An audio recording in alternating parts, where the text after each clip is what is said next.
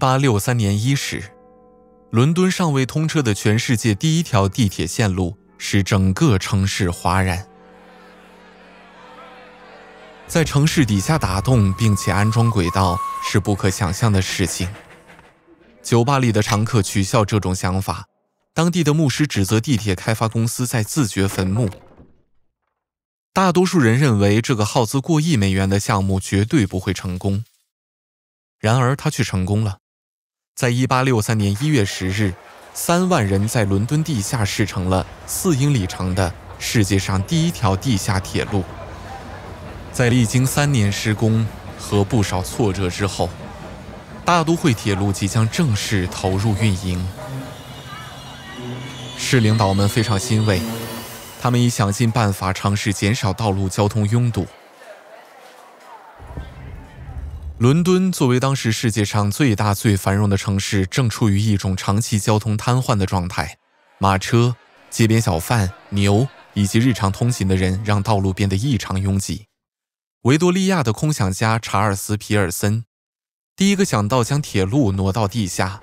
他在1840年代间不停游说当局开建地下铁路，然而他的反对者认为这个想法是不切实际的，因为当时的铁路短到仅仅能够穿过山洞，怎么可能修建可以穿过城市中心的铁路呢？问题的答案很简单，那就是明挖回填技术。工人们需要挖出巨大的壕，然后用砖块进行封顶，而后对沟壑进行回填。由于此种方法是对路面是破坏式的，且需要损毁地上的建筑物，大多数地铁线埋藏于已建成的城市道路之下，当然事故也时有发生。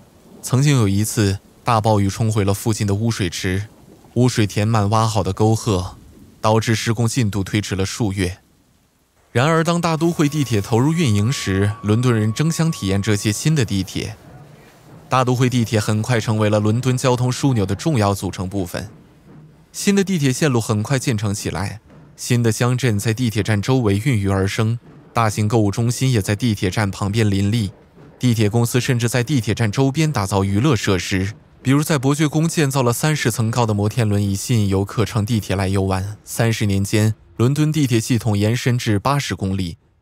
地铁在城市中心区为地下铁路，到郊区则为建在堤坝上的地上线路。然而，伦敦仍在不断壮大，每个人都希望和地铁系统连接上。19世纪80年代末，伦敦因楼房、污水管和电缆外露而变得过于拥挤，原因是明挖回填技术，因此人们需要设计新的设备。运用大头盾构机，只要12名工人组成的团队就可以在伦敦的地下深处挖掘隧道。这些新建的地铁线叫做管道，它们的深度不同，但通常比明挖回填的隧道深25米。这意味着它们的建造不会对地表造成影响，也就是说，可以在建筑物下面进行挖掘。第一条深层隧道地铁线名为城市级南伦敦铁路，在1890年投入运营并大获成功。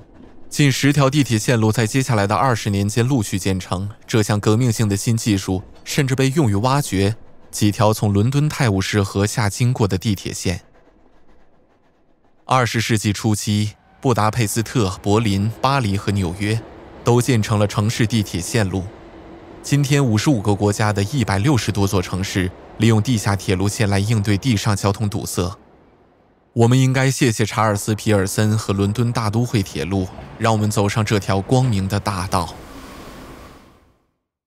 通过这些视频继续学习，并且不要忘记订阅，千万不要错过学习新东西的机会。